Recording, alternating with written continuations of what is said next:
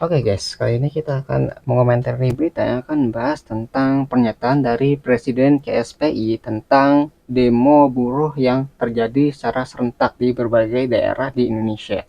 Nah, untuk mengetahui konteksnya, mari kita bersama simak beritanya. Kita mulai videonya. Tertib, tidak ada kekerasan. Kami akan menjaga aksi ini kondusif. Karena ini adalah aksi aspirasi menyampaikan di DPR RI. Tuntutannya ada 6. Ya, tuntutannya. Yang pertama, kami beri nama gerakan Hostum, hapus outsourcing, tolak upah murah. Beberapa waktu yang lalu kita tahu Bapak Presiden Prabowo Subianto pada perayaan May Day 1 Mei menyampaikan menghapuskan outsourcing adalah kebijakan pemerintahan beliau. Tapi sayang, beribu sayang, Menteri Tenaga Kerja dan Menteri terkait lainnya tidak mencabut peraturan pemerintah nomor 35 tahun 2021 tentang pekerja alih daya. Padahal keputusan MK nomor 168 2024 yang dimenangkan gugatannya oleh Partai Buruh dan Serikat Buruh lainnya menyatakan pekerja alih daya itu sudah tidak ada. Yang ada hanya jenis pekerjaan yang dibatasi. Itu jelas kalimatnya. Tapi menteri yang mengoperasionalkan kebijakan presiden tidak menjalankan itu. Jadi outsourcing itu tuh kayak pekerja lepas lah yang nggak ada kontraknya. Kan kalau ada pekerja tetap ya, pekerja tetap itu kan mereka tuh dijamin ya dari gajinya, dari kesehatannya dan keselamatannya mungkin ya di perusahaan itu. Nah kalau misalnya pekerja lepas itu pekerja yang bisa dikontrak gitu. Jadi kontraknya tuh tergantung kebutuhan kerjanya. Kalau misalnya ada kerjaan mereka dihubungi, tapi kalau misalnya nggak ada kerjaan itu mereka tidak dihubungi, jadi nggak dapat gaji. Gajinya tuh nggak tetap sesuai dengan apa yang terjadi sama perusahaan itu. Kalau perusahaan ada kerjaan mereka dipekerjakan, tapi kalau nggak ada pekerjaan mereka ya nggak ada kerjaan gitu. Jadi gajinya sangat tidak tetap, ya pekerja lepas lah kalau kita bisa simpelkan seperti itu. Mahasiswa turun ke jalan, DPR dan menteri yang tidak mau menjalankan apa yang disampaikan presiden. Tolak upah murah, kami meminta pemerintah menaikkan upah minimum, upah kita semua tahun 2026 sebesar 8,5% sampai dengan 10,5%. Hitungannya juga dari pemerintah. Keputusan MK nomor 168 menyatakan kenaikan upah minimum, inflasi, pertumbuhan ekonomi dan indeks tertentu sudah ada rumusnya, sudah disepakati oleh pemerintah dan Mahkamah Konstitusi, sudah ada keputusannya. Inflasi dihitung oleh Litbang Partai Buruh dan KSPI Koalisi Serikat Pekerja dari Oktober 2024 sampai September 2025. Kalau itu prediksi ya, Agustus September 3,26%. Itu data pemerintah BPS. Jadi dianggap gajinya itu tidak menutupi inflasi yang terjadi. Jadi inflasinya tinggi, tapi kenaikan gajinya itu tidak menyesuaikan dengan inflasinya, sehingga para buruh itu gajinya tuh tergerus ya, uangnya jadi nggak terlalu berharga lagi. Jadi kalau mau beli kebutuhan tuh jadi susah sekarang. Jadi ya harus dibatasi, tambah terbatasi lah untuk membeli sesuatu gitu. Jadi kalau bisa gajinya ditingkatkan, tapi ya resikonya ya bakal berat di pengusahanya, karena pengusahanya kan harus menambah gaji karyawan. Nah itu menjadi masalah sih. Ya setelah gaji naik, yang menjadi berat adalah para pengusahanya. Ekonomi dengan kurun waktu yang sama 5,1 sampai 5,2%. Jumlahkan saja, nggak perlu matematika seorang profesor. Memang indeks tertentu kami pakai 1,0. Sedangkan sebelumnya Presiden Prabowo kan menggunakan indeks tertentunya 0,9 tahun lalu. Maka dapatlah 5,2% tambah 3,26% sama dengan 8,46%. Dibulatkan 8,5%. Apa yang salah? DPR aja naikin tunjangan seenak-enaknya dia. Dia naikin gaji seenak-enaknya dia. Pakai joget-joget lagi. Di mana hati nuraninya? Itu yang menyakiti rakyat. Itu yang menyakiti buruh. Buruh sampai turun ke jalan hanya untuk kalau naik 8,5%, rata-rata ya, rata-rata itu 200.000. Jadi ketimpangan gitu ya, di DPR naik langsung tadi ya 50 juta lebih gitu untuk tunjangannya. Itu sangat sangat kayak tidak melihat bagaimana kondisi rakyatnya yang sedang kesulitan. Jadi buruh sangat susah payah untuk menaikkan gaji yang nggak seberapa, tapi dari DPR-nya itu bisa naik sangat tinggi sekali sehingga sampai tadi ya joget-joget kesenangan gitu dengan kenaikan tunjangan. Nah, itu yang dipermasalahkan di sini. Jadi ada ketimpangan tuh antara gaji atau nggak tunjangan DPR sama gaji yang diterima oleh rakyat atau gaji UMR-nya ya, Jangan yang perumahannya buruh aja ini. 50 juta. Kali 12 bulan setahun 600 juta. Duh. Nyewa di mana itu 600 juta di surga? Mahal banget. Gimana cara menjaga kondusivitas aksi damai? Terus saya selesaikan dulu iurannya ya biar tuntas. Karena biar didengar mungkin melalui kawan-kawan media. Jadi itu yang kita minta, keadilan. Yang kedua adalah stop PHK. PHK masih ada. Ya, di industri tekstil masih ada walaupun melandai. Retail kan kita kenal Rojali, Rohana, Rohalus itu ada. Itu ada PHK. Hotel-hotel, elektronik dan lain sebagainya. Satgas PHK nggak dibentuk-bentuk, ada apa? Yang ketiga, Ya, kalau masalah PHK itu sih urusan sama pengusahanya, karena kan mungkin pengusahanya itu nggak mampu untuk menggaji karyawan tersebut sehingga harus di PHK. Nah, itu yang menjadi masalah ya. Jadi urusan PHK itu bukan sama pemerintahnya tapi sama pengusahanya. Kalau pengusahanya mampu ya buat apa mem-PHK pekerja tersebut gitu. Mungkin ada efisiensi dari anggaran ya. Jadi anggarannya berkurang gitu, keuntungan berkurang sehingga harus ada yang dipotong. Nah, ketika udah nggak ada yang bisa dipotong lagi ya berarti dari pekerjanya harus diberhentikan karena ya itu sudah membebani dari perusahaannya. Jadi kalau masalah PHK ya mungkin itu urusannya sama pengusahanya bukan sama pemerintahnya. Kalau pengusahanya mampu untuk mempekerjakan karyawan ya nggak masalah. Kalau misalnya mereka nggak mampu nanti akhirnya jadi gulung tikar atau bangkrut kan nanti bukan hanya beberapa orang aja yang di PHK tapi semua orang yang bekerja di tempat itu gitu. Jadi taruhan dari PHK itu adalah bagaimana si perusahaan ini bisa bertahan atau tidak gitu. Kalau misalnya nggak bisa bertahan, nanti semua orang yang bekerja di situ yang bakal dikorbankan. Ya kalau perusahaannya tutup, berarti semua orang yang bakal ya berhenti ya karena perusahaannya udah nggak sanggup lagi untuk membayar para karyawannya gitu ya. Itu ya urusan PHK ya. reformasi pajak kita di pajaknya tinggi. Kita dapat pesangon gara-gara dipecat, kena pajak. Kita dapat THR buat ongkos pulang kampung, kena pajak. Dipajak. Kita bikin ambil tabungan kita JHT kena pajak. Maka kita minta hapus pajak pesangon, pajak JHT, pajak THR. Buruh perempuan yang menikah diskriminasi, bayar pajak lebih mahal dari laki-laki menikah. Maka kita minta sama. Dan PTKP naikin jadi 7,5 juta rupiah per bulan sehingga ada saving buat buruh usulan. Jadi kalau masalah pajak itu tadi kan misalnya ya pesangon itu kan gaji yang dikeluarkan setelah terjadi PHK itu jadi kan diberhentikan. Nah, ketika diberhentikan itu kan ada uang kayak apa ya, jaminan lah ketika mereka nggak dapat pekerjaan itu mereka bisa bertahan hidup setidaknya atau mencari pekerjaan lain. Kan mencari pekerjaan lain itu nggak sesimpel itu ya, ada waktu untuk mencari atau melamar kerjanya.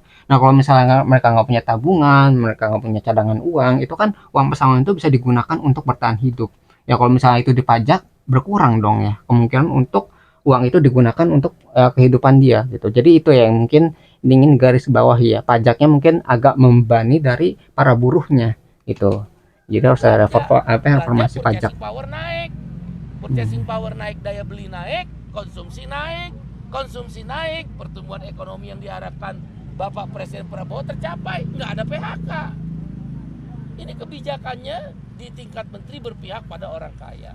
Yang keempat, MK menyatakan dalam 2 tahun rancangan undang-undang ketenagakerjaan yang baru tanpa omnibus law sudah harus disahkan. Ini udah setahun.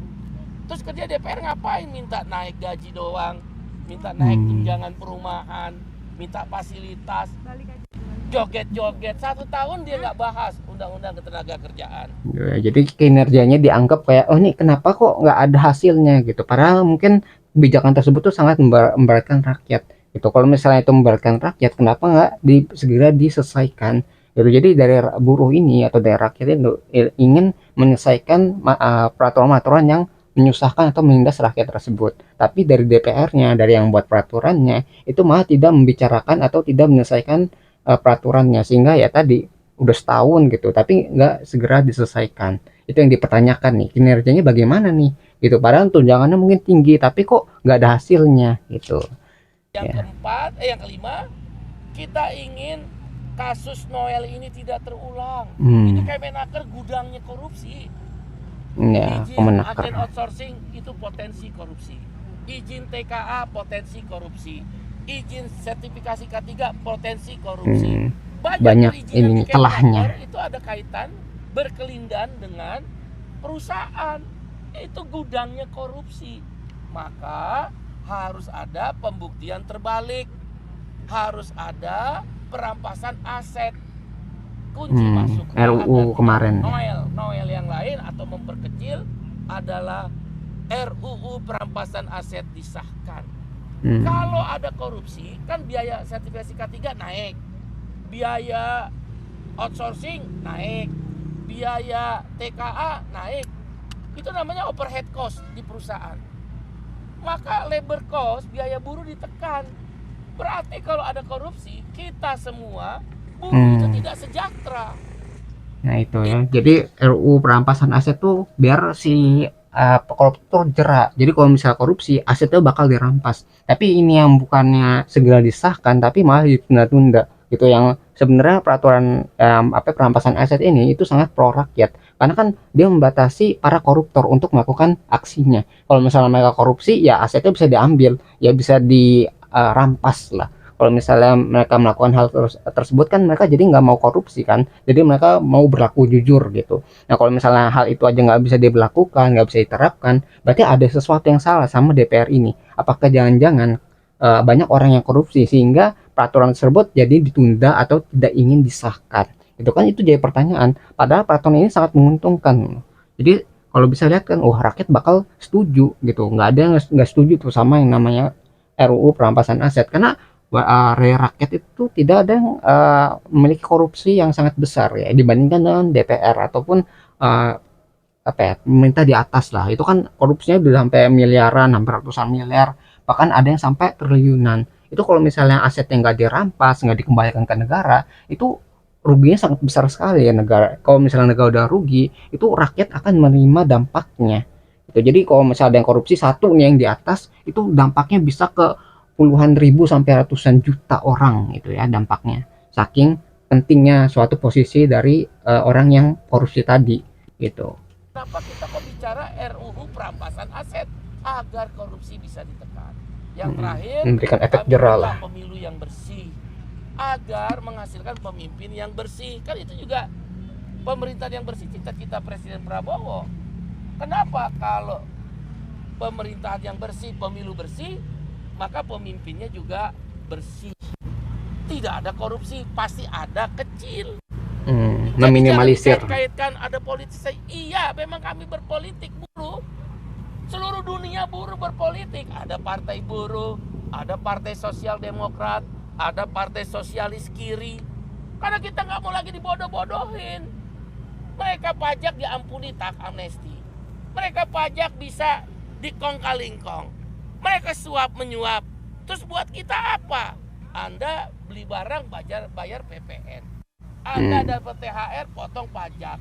PPh 21. Bayar gaji potong pajak buat PPh 21. Kok kita nggak boleh menentukan? Jadi dari yang di atasnya tuh enak-enakan, dapat banyak subsidi, banyak kemewahan dan sebagainya, sedangkan dari rakyatnya itu kayak terlalu banyak ditekan, dari semuanya dipajakin, apa yang digaji dipajak, mau beli barang dipajak, mau beli rumah kena pajak lah, pokoknya sebagainya itu semuanya dipajakin gitu.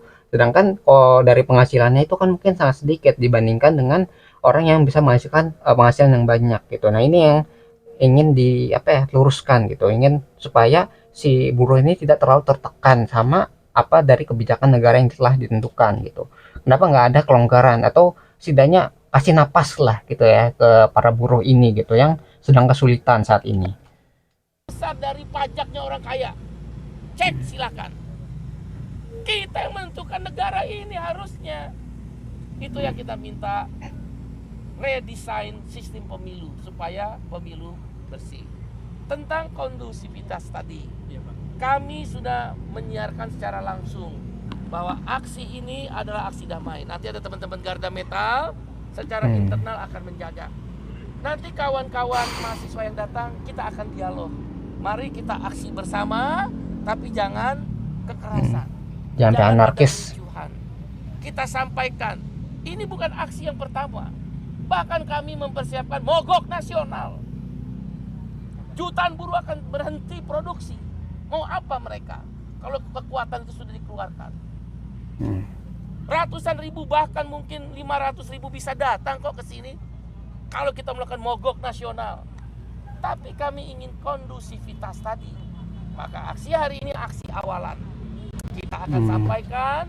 Dan yang kedua, selain pengamanan internal, kita juga Tapi kalau bisa dilihat ya, ini bahaya juga sih kalau misalnya banyak orang yang mogok kerja ya. Karena dampaknya ini bakal berdampak ke banyak pihak. Gak cuma dari buruhnya ya, misalnya dia kan nggak kerja. Terus dari perusahaannya yang harus misalnya produksi barang, mereka yang harusnya bisa banyak atau bisa dapat berapa banyak ya dari produksinya itu bisa terhenti. Nah itu bisa merugikan dari perusahaannya. Kalau perusahaan rugi, nanti akan berdampak ke buruhnya juga. Gitu. Jadi resikonya tinggi sekali ya ini. Kalau misalnya mogok kerja itu bisa berdampak ke negara juga ya dalam efek makronya lah. Karena ketika perusahaannya rugi, ada yang gulung tikar gitu atau enggak bangkrut, itu kan akan mengurangi pertumbuhan ekonomi dalam negara tersebut. Jadi di sini ketika ada mogok kerja secara serentak ini bisa merugikan semua pihak. Dari rakyatnya rugi, mereka mungkin bisa dipecat atau tidak mendapatkan gaji. Dari perusahaannya mereka nggak bisa produksi, rugi juga. Nanti kalau misalnya dari perusahaannya rugi, pengusaha rugi, nanti akan berdampak pada negara, akan berdampak ke pertumbuhan ekonominya. Gitu. Jadi semua pihak bakal dirugikan dari aksi seperti ini ya. Kalau misalnya dilakukan dalam waktu yang lama dan jumlah yang besar. Itu kalau semua orang mogok kerja bakal apa ya, lose situation, semuanya kalah di sini ya, nggak bakal ada kepada yang menang. peserta aksi untuk menghindari provokasi. Provokasi bukan hanya dari peserta aksi, bisa juga dari aparat keamanan. Kita minta aparat keamanan untuk persuasif dan humanis.